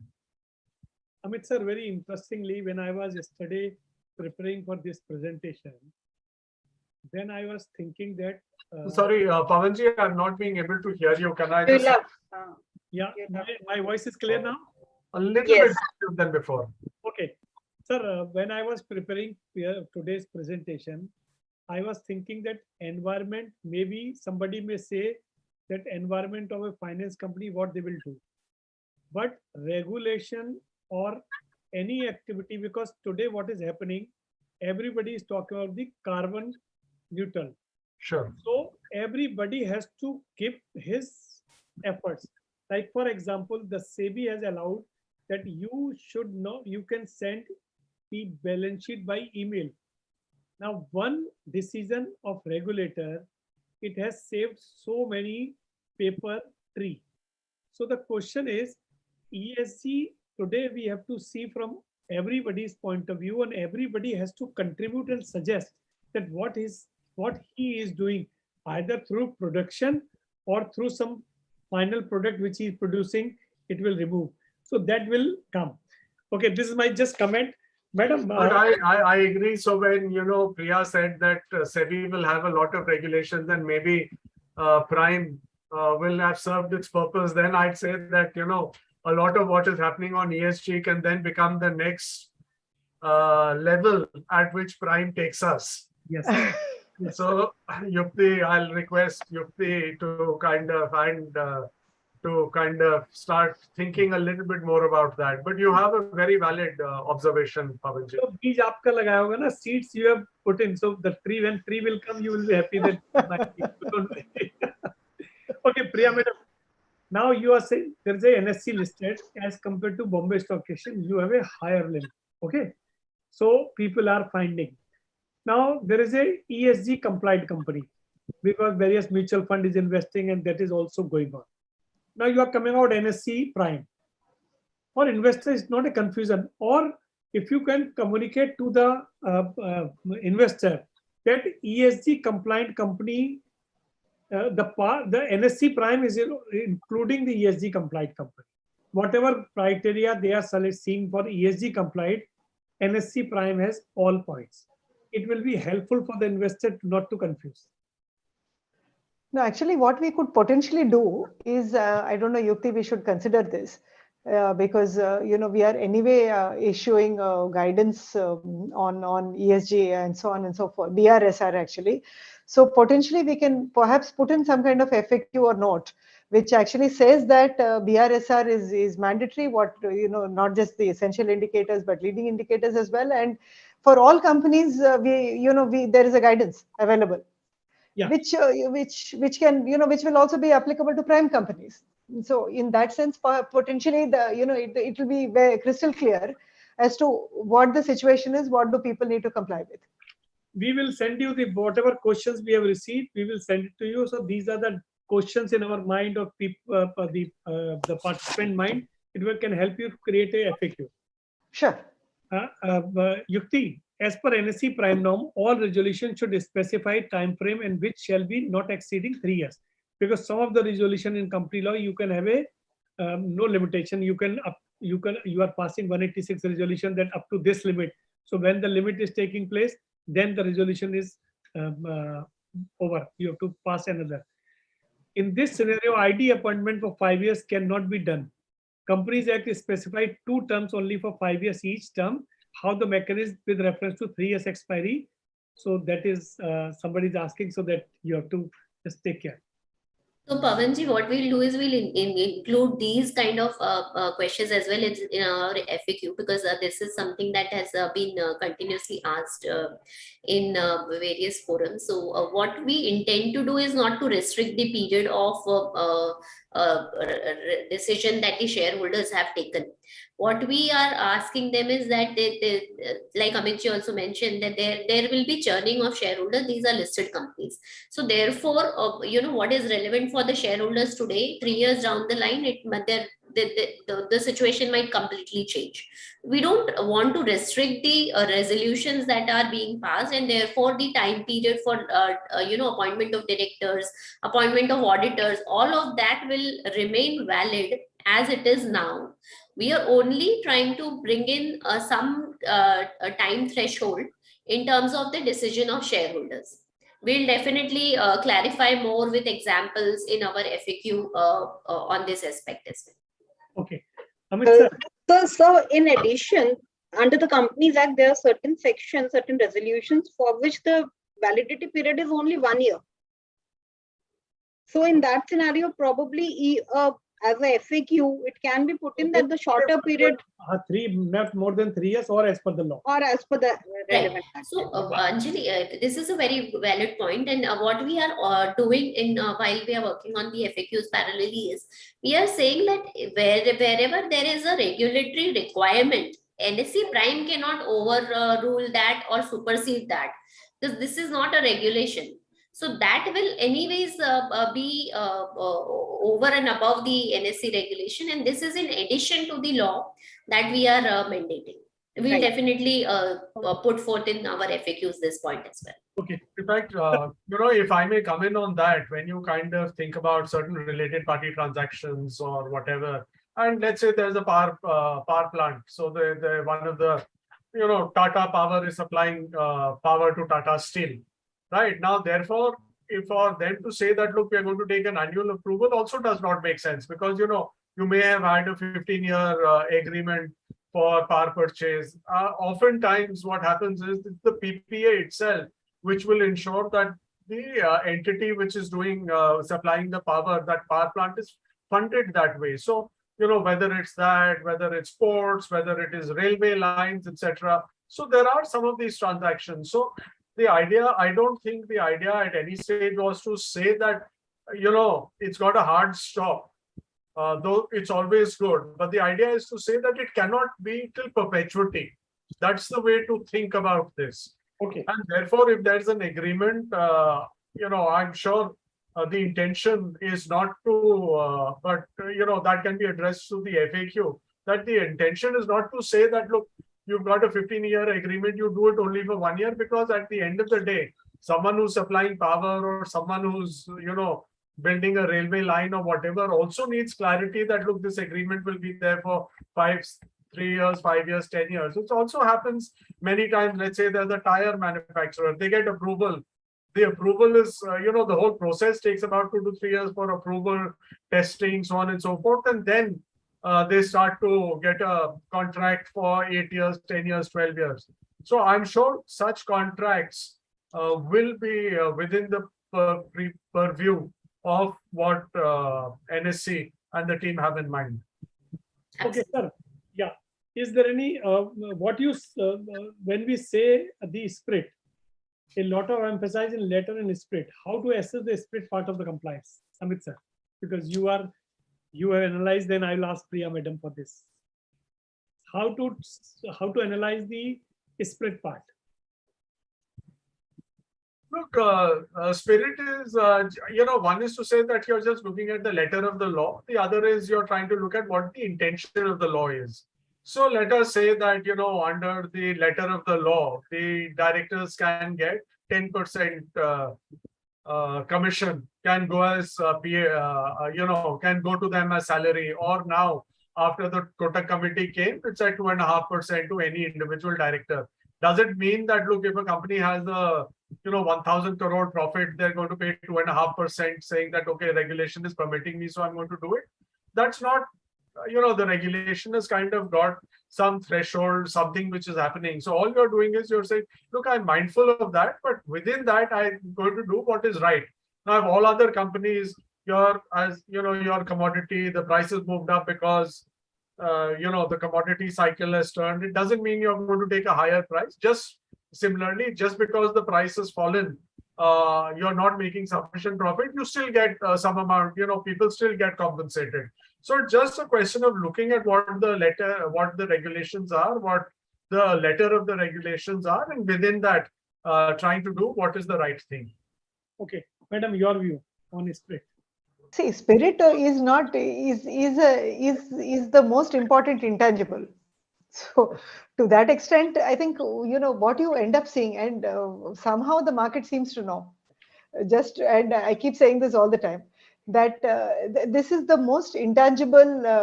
You can't feel it. There's nothing that you can actually say which sort of says that why X is better than Y.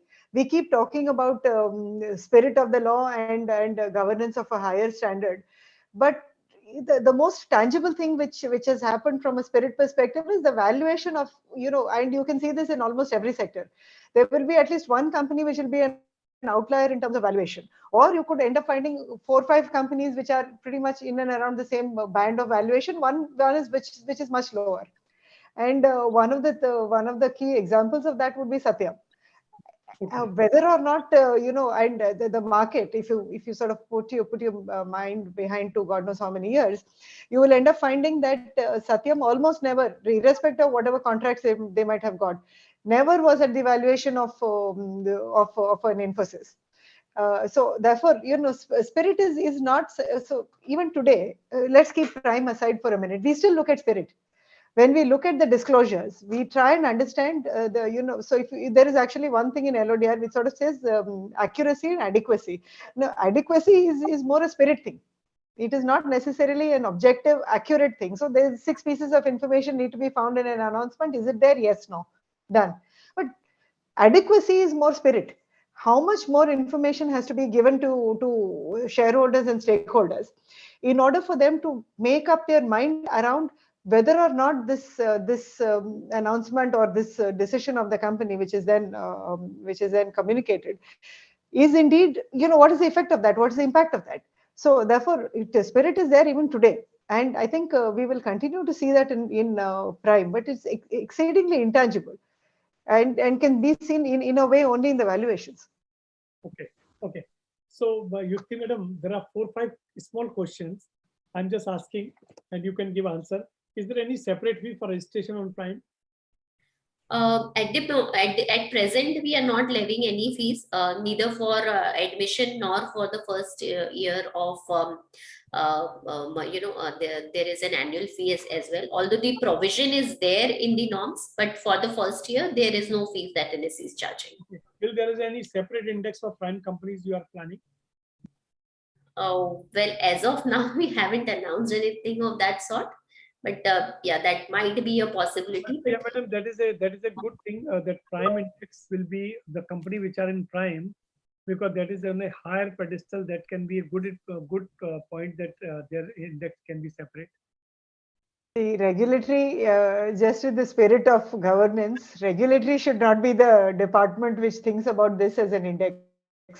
So regulatory should really worry about and think about how to enhance the governance of all the companies that are listed on NSE.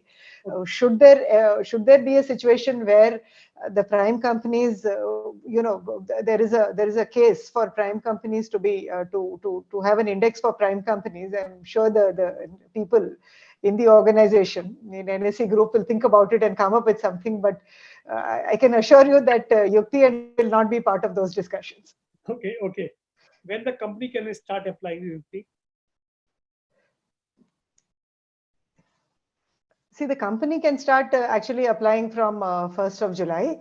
Our internal processes are getting fine-tuned, and therefore, as I mentioned, there will be a committee which is both internal and external members, and clearly there will be a arm's length in that sense, because an external member will necessarily have to be present in order for decisions to be taken. So that committee, if any company fulfills all the criteria, they can absolutely send in that application. But we put the application form, right, Yukti, or are we planning to do it only after? so we've put the checklist, agreement, and stuff. When we'll roll out the system where the companies can apply shortly. Okay. And what is the response of the corporate towards Prime registration till now? So we've had a lot of meetings, and there's been a lot of enthusiasm shown by corporates. Many of them have to actually go back to their so there are companies which have to fulfill certain criteria from a board perspective. They have to actually go back to their AGMs. So what our hope is that anybody who's part of, who needs to go back to their AGMs will do so in the current cycle.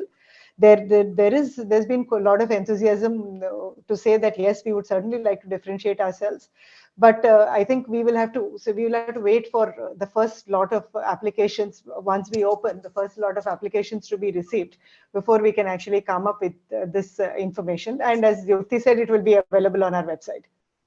There are still discussions going on to ask about grandfathering. How will the grandfathering work, so on and so forth. Yukti spoke about grandfathering. We don't want any director to abruptly cease to be a director in some other company just because another company wants to be in Prime. So there are quite a few questions which are coming in and around those kind of aspects. Okay. Can the step down from Prime to normal NSC be attributed to the board performance and impact their evaluation? A board approves being on the board on Prime, and members need to approve they backing out. So Correct. some company which are, suppose you are removing, which they are not fulfilling, or sometimes company is opting out, it will be impact on their position. See, I think valuation is a very different thing. In fact, I would ask Amit, to give his view on this, because valuations, we believe that the valuations could be higher for prime companies. No, but no. And the converse also logically has to be, that if a company is going away because they are not meeting certain governance criteria, it's not a question of just whether the company remains in prime or not. The reason for going away is potentially that criteria is too hard to comply with, or there have been certain events because of which the company is no longer part of prime. Potentially investors would look at the reasons and take a decision. I am not sure I can give you a better answer than that. I don't know, Amit, if you have anything to add. Sir, Nothing to add to what you've said, Priya. Okay. Nothing. Okay. Okay. Yukti, is compliance status of only securities law is required because it is mentioned in Prime, or to be checked other laws like Companies Act and other applicable laws? So Companies Act and other associated laws will come in securities law only. No, because your Prime is mentioned only securities law. So the point is that I have to follow only securities law, and I can ignore company law or any other laws, because the law says compliance of all applicable laws to the company. So these are basic eligibility parameters, and given that this is a voluntary admission to the higher set of governance, so therefore we are assuming that the companies will be bothered more about meeting the legal requirements in any case. Okay. Will any impact be there in Prime registration in case of action against the company taken by BSE? Some company listed in BSE and NSE both. You have not taken action because he has complied, but BSE has taken action. Will it be negative? No, LODR compliance is common across BSE and NSE. So there cannot be a situation.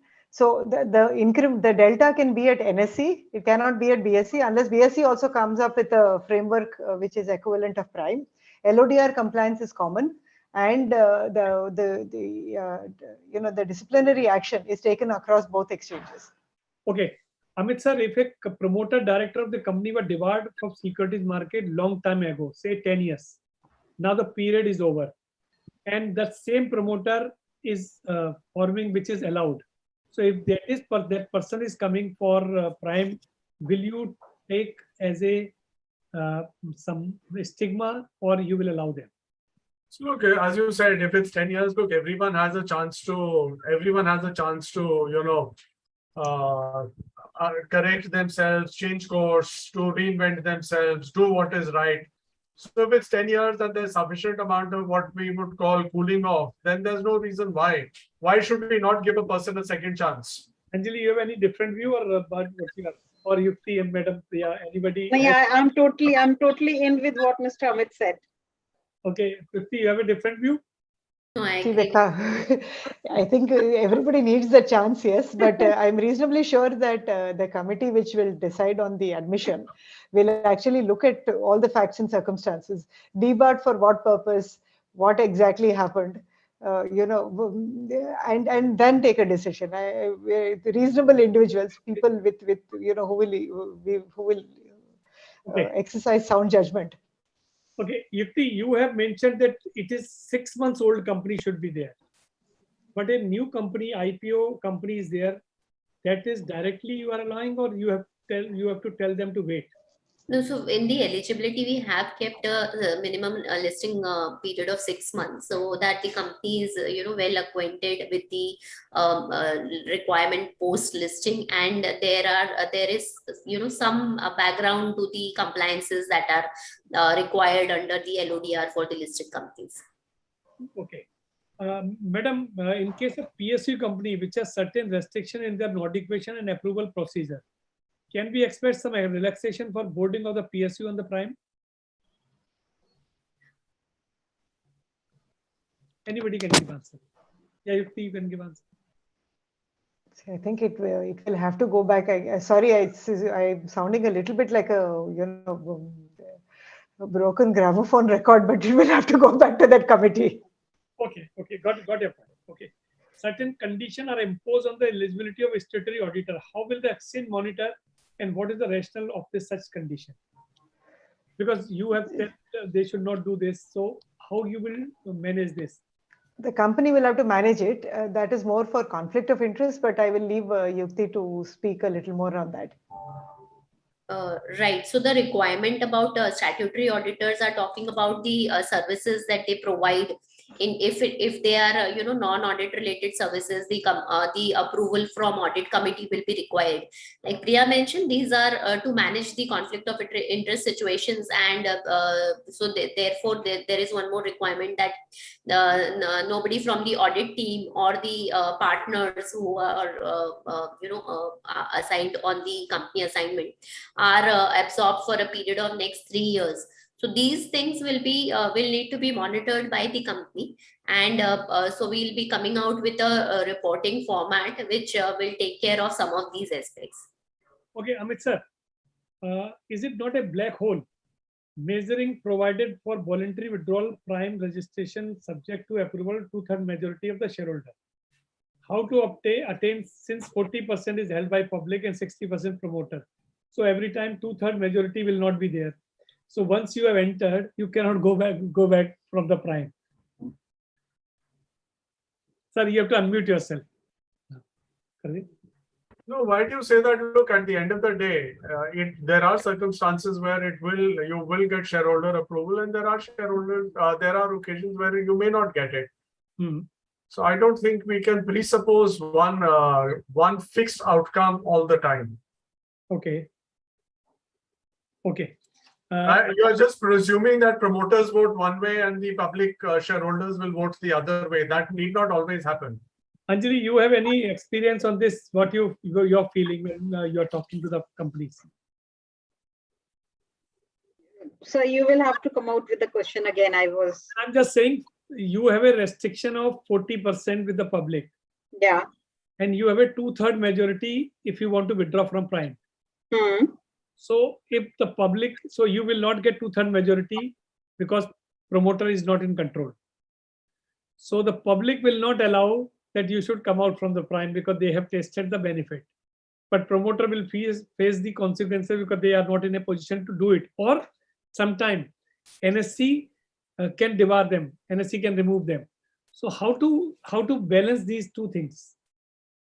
Pavanji, it's always present and voting. So, if you look at, the voting patterns, etc., it's always not 100%. Promoters tend to vote. Now, you can, there can be a situation where promoters themselves are in two factions, and therefore they are not voting as one. Different institutions might have different motivations. They have different timelines. So Okay. they can also be voting differently. So therefore, let's not assume that 60% of all public shareholders will vote one way, 40% of all promoters will vote one way. Okay. But sir, don't you think it will become little difficult to have any of the related party transaction resolutions to be approved because promoters are not participating in any RPT resolution as per the listing regulations, and then public may or may not approve that kind of a resolution? No, the resolution is only for exiting NSE Prime. This is not for all resolutions. Okay. Unless if you have something else to add. So Yukti, I have two questions. One is, suppose you are removing that company from NSC Prime. That time I don't require any resolution from the shareholder. No, that's correct. But whenever I want to remove, because I am not able to comply your things, and you are saying either you withdraw or we will remove you. So he has to go to the shareholder. So the 2/3 majority he will not get because shareholder will not say. I'll tell you the incident. I was working in a company where we made a compulsory for everybody when releasing salary on 7th that you have to bring a certificate from your wife or mother if you're not married that you have exercising 5 days in a month, in a week. So then you will get. So what happened? No mother and no wife will give you the certificate. So the point is how the shareholder will give approval that you come out with the Prime. I think we are presuming that some of the shareholders will vote a certain way. Okay. I don't think that is the right way to approach this. And we've also said that the company needs to explain the reason. So Okay. if there are, valid reasons, then shareholders will take a calculated decision. Okay. Anybody? Sir, Yukti, one more thing which is coming to my mind out of this discussion is that if I decide to move out of Prime, won't it impact my market price? My running market price. I mean, today I am at a higher pedestal. Tomorrow I decide. It will. So that is a call you have to take whether you can. Yes. Yeah. And but then it's from not a cliff, Anjali. It may not be a cliff. I mean, company may have been steadily doing a few deeds and things on account of which the share price is already impacted, and therefore people themselves believe that look, it's not fit to be in Prime. So the share price has adjusted itself. So it's not that through my vote the share price is going to come down. Agreed. Yeah. Okay, Yukti, why this restriction of preferential issue of warrant to promoters? Right. So again, there was a lot of deliberation on this subject as well. In case of warrants, there is an option that is available to the investor to invest 25%, and thereafter there is an option to exercise or not at a later date. So what we understand is that the promoters are infusing funds. The way for them to bring in is available through bringing in through taking more equity, and therefore warrants have been kept aside. So they're the ultimate insiders, right? Okay, okay, that's a but I can you can only thing is I'm postponing my money. Otherwise, you are allowing me preferentials. Right, because, sorry, sir, go ahead. So I said you're bringing in the money up front, right? In fact, if you look at it, even when you bring in that 25% upfront, and that it's kind of doesn't make it is not the option price. If you want the option price, it's going to be much more.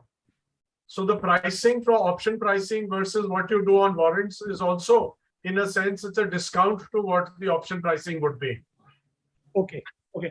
Now, last three, four small questions. Then the concept of because you are saying one meeting of director will take place, which talk about only non-financial. So, will you come out something that what is non-financial discussion? Pavanji, let me specify, since I discussed it, it's not a question of non-financial. You could still discuss what is financial. All we said was that, look, for a lot of companies, they have a shareholder meeting and the primary objective is approval of accounts. And that tends to dominate the conversation in the board at the board level. And therefore, a lot of other things don't get discussed. So if you have one other meeting outside of the meetings where you're considering accounts, it just gives the board more bandwidth and more chance to discuss other issues. They're still free to discuss financial issues, etc., in that meeting. So we are not saying don't discuss financial. All we are saying is, all the committees or all Prime is saying is that, look, if you have one more meeting, it gives you more chance to discuss a lot of things which may get pushed to the side because of the accounts approval. There will be 5 meetings now, 4 accounts meeting, 1 extra meeting, and another meeting, or 5 or 6 meetings. Okay. In fact, if you kind of go back and look at it, companies on the average, because of the pandemic, it's become easy. People have done it all virtually. Companies have had 7, 8, 9 meetings. It's not unusual for companies to have now 7 or 8 meetings. So it's not an onerous responsibility. Yukti madam and Priya madam, I have 2-3 suggestions, small suggestion. Concept of material litigation seems too open-ended. So if we can, in FAQ, we can cover, it will be good. Otherwise, every time there will be discussion in the boardroom that what is material. For somebody is material, somebody is not material. So identify what is material, and then you can leave it to the board. I think it takes, because even today, when we think about material announcements under Regulation 30, etc., it is honestly every company which has to make that decision. And, the board maturity should be, hopefully, is of the level where that can happen. Simply because this fact. So when we get announcements today, keep Prime aside for a second, we try and see whether, acha, aapne bola hai ki you are doing an agreement with this company. Has the other company, has the opposite company also, announced that to us? We end up finding that many companies, for the other company, which is the counterparty, it's not material at all. For what is material for me, apart from the subjective criteria of materiality, that I think is a little difficult conversation. We'll certainly think about this, but I think I'm not sure we are in a position to actually go down this route at this point. Okay. I have one more suggestion. You are mentioning about the disclosure of financial ratios. So the financial ratio, as an investor, I'm talking. No doubt people are saying the financial ratio is this one. This is the criteria. But calculation at particular period can differentiate. So if you can bring out the uniformity on financial ratio and which date you are taking, so I can compare with apple to apple. Otherwise, what is happening, if you take out any ratio on any site, any stock exchange, it has different. So if you can do this, where we can have a uniform financial ratio, it can help. See, my recollection is that financial ratios will also be as on the date of the balance sheet. And therefore, there should be that uniformity as to what numbers have been used. Plus, there's a very clear definition of which ratio means what. But if there is indeed any gap in our understanding, we'll certainly take this on board and take a look. Okay. And last suggestion is that because you are putting lots of things, one more you can add, that your annual report should consist of simplified language for simple small investor point of view. So what you can do, it is a company law part, but as a SEBI, as the NSE, you can have an executive summary. And in the executive summary, you just give those things which a small investor can understand. What is this industry? How the business? What are the ratio? Compare it. That's all. Very simple. If you can make, it will be a good thing for a small investor. This is because you are giving a 100, 200, 500 page annual report, which is worst for me. I can't understand anything. Even I'm a professional, I can't understand then how the small investor will understand.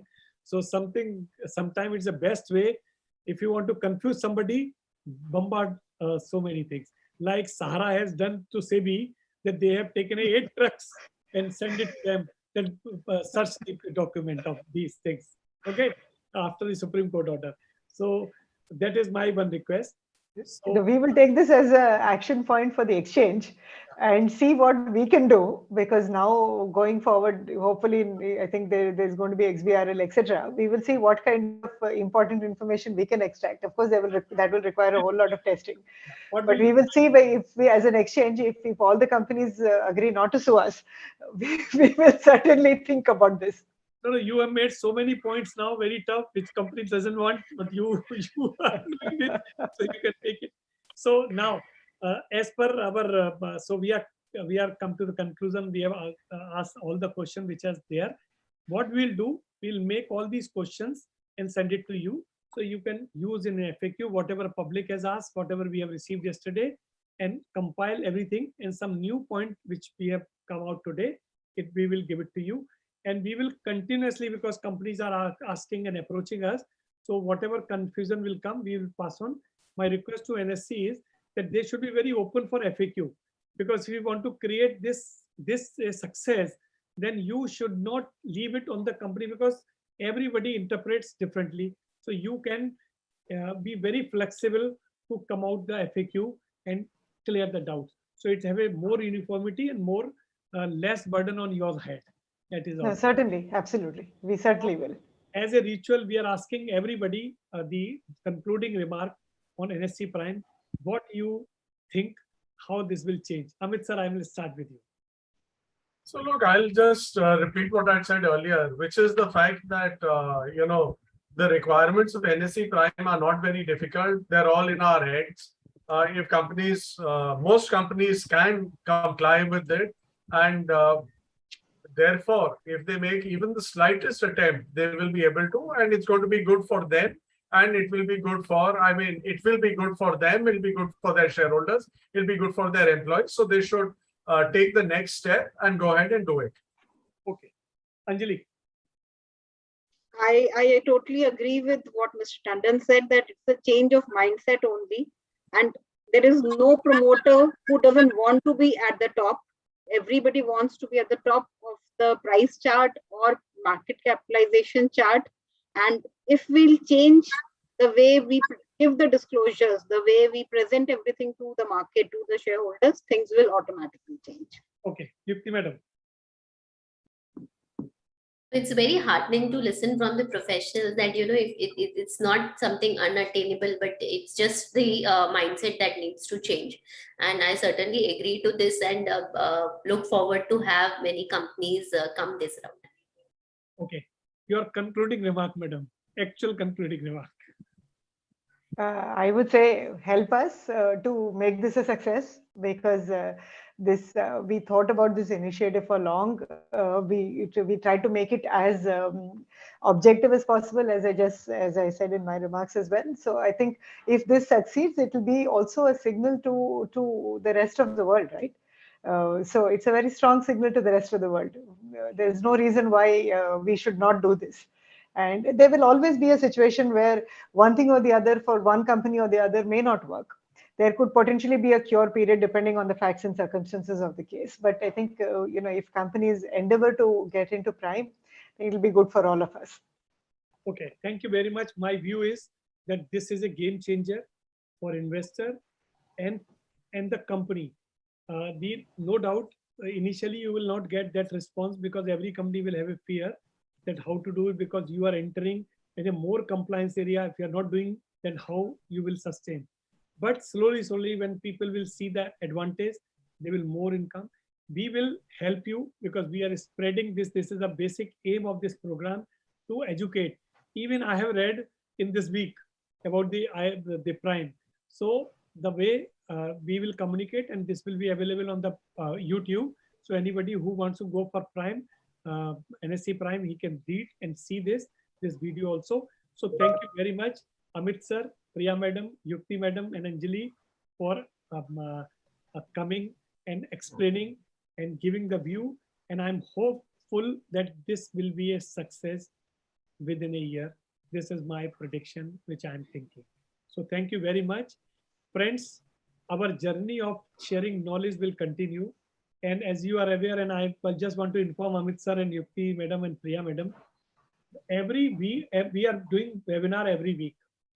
Now, first Friday of the month, we are doing the recap of recent regulatory update in company law, in securities law, including stock exchange, FEMA law, and the insolvency law.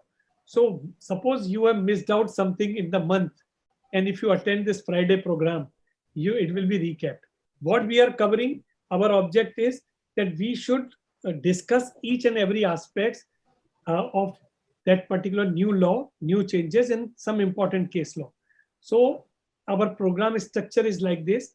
We discuss that this is the change, what will be the impact, and what are the issue it has created, and how to prepare it.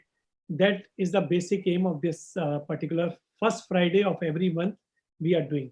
And then we have a question answer at the last. So people can get knowledge, and they should help it.